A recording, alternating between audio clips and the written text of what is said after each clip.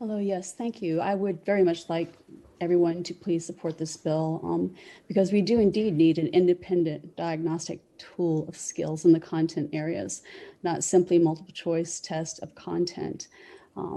We need to ensure that children can talk and write about what they learn and understand oral lectures. It's not so much a matter of a regurgitation of concepts and things that they've learned throughout the year. We need to make sure that they're ready to learn, especially coming back from COVID. And again, I allude back to my previous comments, when they have disabilities and haven't been met, these tests are more apt to sleuth those out than those where they've just measured whether or not they've been paying attention through all the drill and kill. This is the case with my own child. It's widespread, not screened properly, but somehow managing to get through multiple choice tests. And post-COVID, it's going to be a lot harder for these kids to catch up and develop those reading and writing and speaking skills. So, and it's not just me. Look at the Part B IDEA annual reports over time. You can see that Virginia identifies fewer students for speech and language as a percentage of all disabilities and identifies them later, when the crucial years for intervention are when a child is younger or already over. So when they finally decide to provide services, the child's older and they're less likely to provide them because they're more expensive. So then they're even less likely to do it. So instead of relying on the loopholes and vagueness in the laws that were in the previous bill that we're trying to cover, I think this diagnostic test will help ensure that we are providing appropriate services to children post-COVID, as well as just generally with the holes that were already there. And that's why I'm asking you to pass this legislation. Thank you. Hello, good afternoon. I'm speaking for this bill as a parent and also as an educator. I feel it's absolutely necessary to have the types of standardized diagnostic tools that Senator Dunnavant is proposing today in her legislation. The provision of this bill will cease the boilerplate of vague and generic statements about the needs and strengths of students. It will also allow for our educators, parents, and students to retain and utilize diagnostic information at a level of authenticity that is much needed for student success. All too often, parents, students, and educators join together at meetings called for IEP development, and baseline data and progress monitoring has not taken place with fidelity. And as a result, as Advocate Candace Lucas spoke to earlier, these meetings go on at a speed that is reckless, without stopping and looking at a timeline of progress and needs for our students. And it is absolutely crucial that we take a moment and think about this process and try to fix it for the future of our children. Thank you.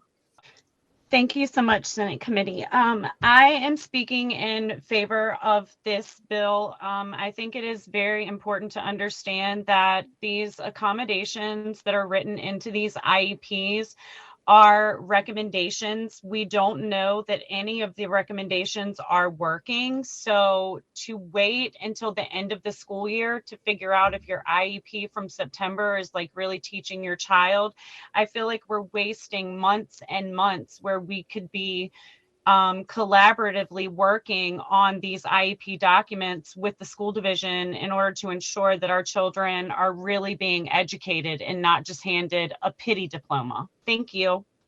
Hello again. I have two sons in Henrico County Public Schools. It is evident that the current assessments do not give teachers real-time actionable data to assess our students. In order to help those students that need the most help, and especially in light of the gaps created by COVID and virtual school, it is imperative that teachers have tools to be able to assess their students' strengths and weaknesses. In addition, the uniformity across the Commonwealth will help school divisions correctly place students moving from other localities. It will help students with the college application process and help colleges when evaluating applicants. As a concerned mother, I ask that you vote yes. Thank you. I just wanted to speak real quick in support of the bill. As everyone else has said, I would like for us to have that ability to measure our kids throughout the year. That's real time, that's actionable, not only for the teachers and administrators to provide those supports, but for me as a parent, especially this year going through COVID and being virtual, I want to be able to fill in those gaps as well and provide for what they need. And I appreciate that Senator Dunnavant has worked on this, and I hope that you all will consider passing this on. Thank you. I want to speak in caution for this bill. I helped design the SOLs, and they did not do what I had hoped they were going to do. However, this can also do the same thing, because testing all the time is going to be time consuming and extremely expensive. And if you start doing it as a regular test in September without pre-training the teachers, you're not going to get correct data. You're going to get data, but it will not be correct. Also, I think testing should be limited for elementary kids to mathematics, reading, and language arts, because those are foundational things in elementary school. Because if a child can read and comprehend and know number sense and all of that, you can teach it to history, science, English, and whichever later on once the testing shows where they need. But make sure you limit it to math, reading, and language arts. Thank you. I agree with the assessment part that, being able to read, write, and computing is very important, but also demonstrating those skills in real world are very important, are more important than that.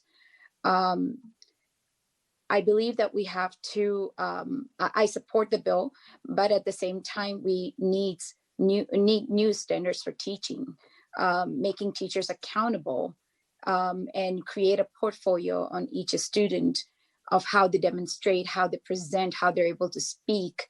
My IEP and my accommodations and learning standards were missing from my son's IEP. And result of that, no matter what I did outside and pay private providers, as soon as he would walk into the school and spend 5 days in the school system or the school weekdays, he would come back home blank and even forgetting what we taught him.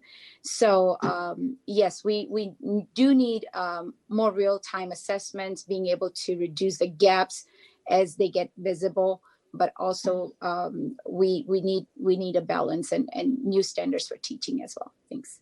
I am in support of the bill. Once again, if we're monitoring our health, we often go to the doctor on a frequent basis to make sure that everything is working right and that we are taking our vitamins and making sure that we're engaging in the appropriate trajectory to make sure our health is well. This assessment or this bill allows for us to measure the well-being of our children academically. Right now, so many of our children are suffering from academic malnutrition and they're not receiving the services that they need. And there's no one really to identify what nutrients they need. And so this bill allows for us to have the opportunity to address the issue, the academic famine that is going on throughout the Commonwealth, identify the specific nutrients that each child needs from a universal level so that we can build up our children academically so they're no longer facing academic malnutrition. Thank you.